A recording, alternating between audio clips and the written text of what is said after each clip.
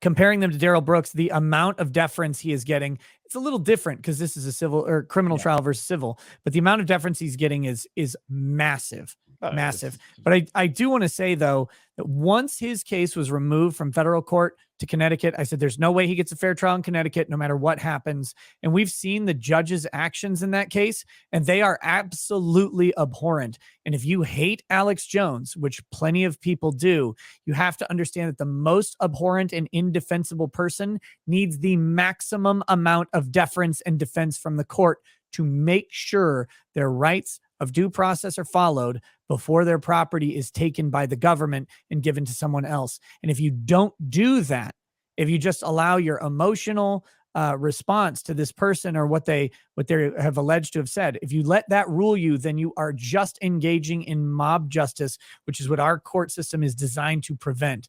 And that is critical. The worst of society deserve the most deference. And that's the only good thing about the Darrell Brooks trial is, I said this today, a sane society, when Darrell Brooks was picked up and identified, he would have been shot in the head by police in a sane society, because it was so obvious that this man was guilty of killing people, of injuring so many, and doing so in a way that merits his removal from the system. I'm not a death penalty guy, by the way, but that's a sane society.